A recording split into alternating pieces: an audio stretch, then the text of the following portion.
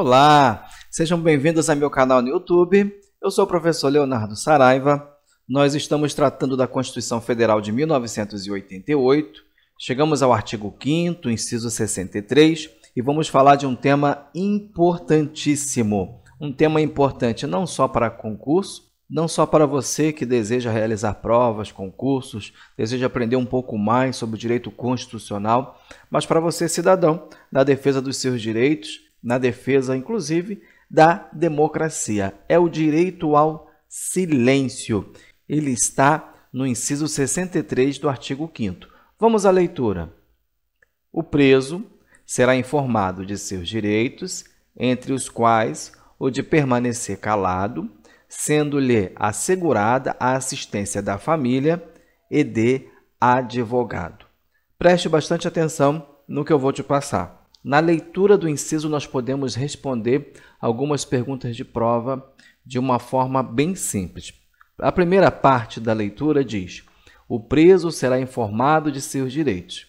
E é comum em provas de nível superior, é claro, ser cobrada essa informação, ser questionada se a falta dessa informação no inquérito policial, ela gera algum tipo de consequência.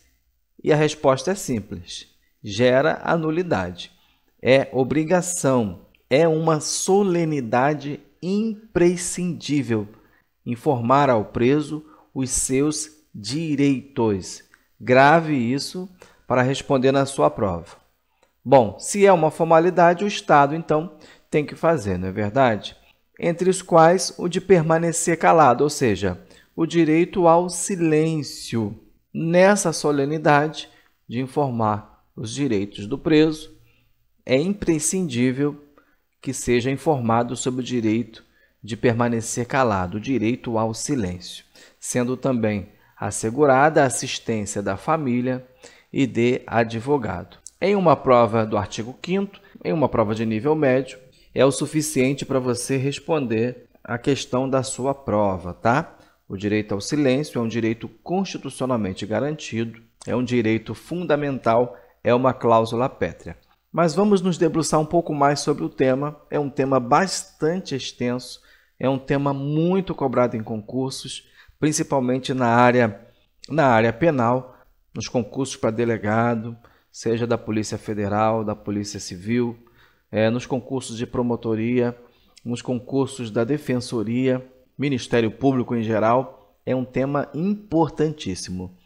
Para você que nos assiste aqui no canal, sabe que nós damos um norte e nós tentamos, de uma forma em que o vídeo não fique muito extenso, passar o máximo de informações para te ajudar em seu concurso. Mas muitas das vezes nos deparamos com temas que têm uma abrangência muito grande. Então eu fiz uma pesquisa minuciosa em questões de concurso e eu cheguei a separar aqui alguns pontos importantes, alguns pontos que você não pode deixar de estudar para a sua prova, para o seu concurso, tá? Vamos lá. A primeira coisa é o princípio nemo tenetur sed tegere, ou seja, ninguém é obrigado a divulgar. Então, o princípio, o direito ao silêncio, ele decorre do princípio da não autoincriminação. O que é importante para você na sua prova de direito constitucional, na sua prova de direito processual penal, na sua prova de direito internacional, na sua prova de nível superior em direito, é atentar para a Convenção Americana de Direitos Humanos, Pacto São José da Costa Rica, artigo 8º, inciso 2, letra G, tá? O princípio da não autoincriminação. Dele decorre o direito ao silêncio. Uma outra coisa importante também é entender que o direito ao silêncio abrange também o direito a mentir. Mentir no inquérito policial, mentir no processo penal, mas temos que ter cuidado. Por quê? Porque mentir imputando o fato a outra pessoa é denunciação caluniosa, artigo 339 do Código Penal. E também o acusado, o preso, não pode mentir no sentido de inovar provas. A exemplo disso, nós temos o caso Nardoni, um caso bem popular, bem conhecido, em que ali foi desfeito toda a cena do crime para ocultar as provas, para ocultar a verdade. E isso pode trazer uma consequência, como está escrito lá no artigo 347 do Código de Processo Penal. Então, o direito ao silêncio, ele abrange também o direito de mentir. Um exemplo, não estou aqui para ensinar você a cometer crimes, fique bem claro isso, mas o que nós vemos muitas das vezes é num exame grafotécnico, a pessoa faz uma letra diferente, um tom de voz diferente, narra o fato de forma a confundir toda a história. Enfim, o direito de mentir está ali abrangido pelo direito ao silêncio, tá?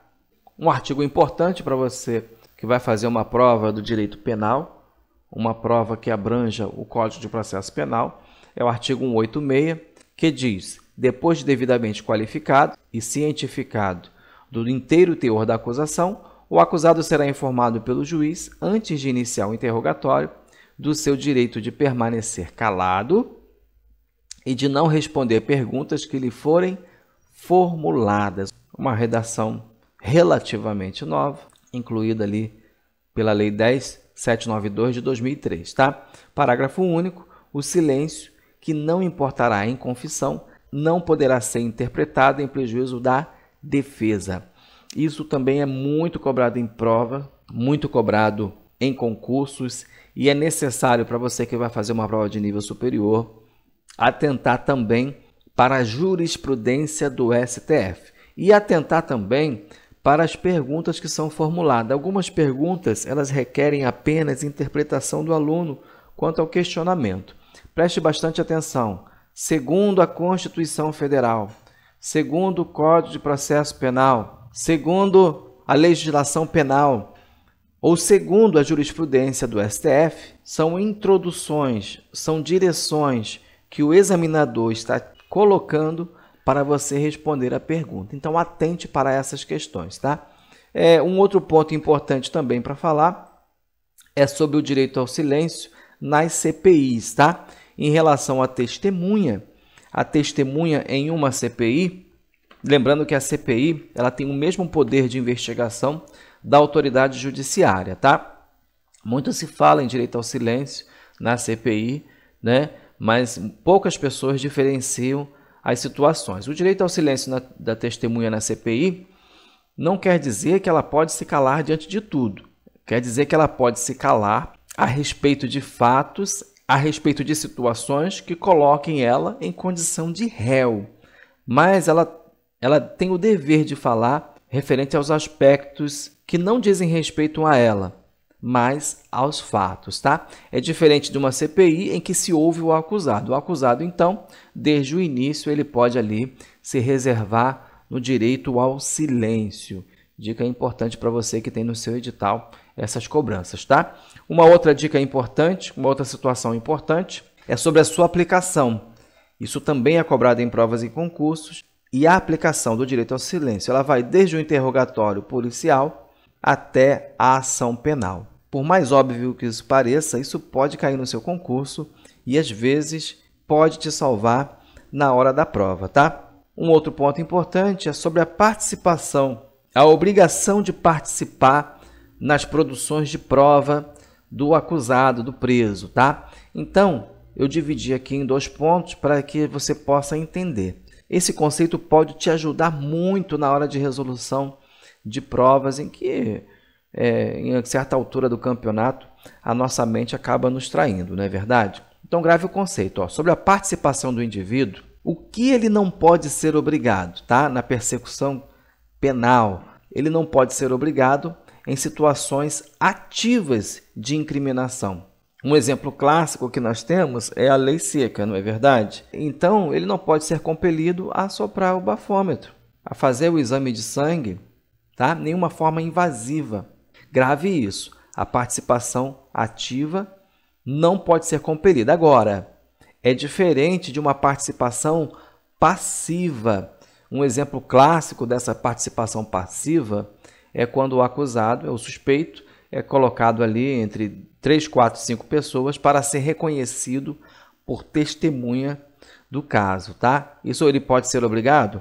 Pode ser obrigado. Em qualquer situação passiva, ele pode ser obrigado, tá? Lembrando que o Estado tem o ônus probatório, mas dentro desse ônus probatório, ele tem que obedecer os ditames legais e, sobretudo, os ditames constitucionais, tá?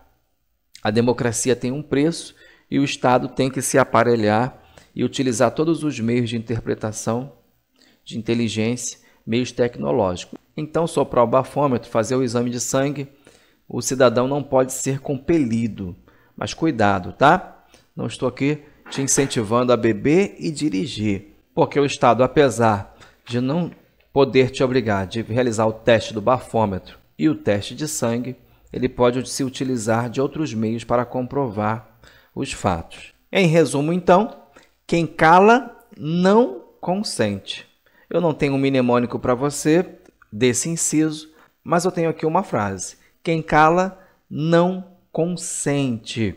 Sobre esse direito, é isso que eu tinha para passar na aula de hoje, tá? Lembrando que eu fiz um aparato geral e destaquei os pontos mais cobrados em provas em concurso. Sugiro a você que vai fazer um concurso mais elaborado, um concurso de nível superior, que se debruce sobre o tema, tá bom? Na próxima aula nós temos o inciso 64, direito à identificação dos responsáveis pela prisão. Chegamos ao fim. Se você gostou, curta, compartilhe, se inscreva no canal e Deus abençoe você.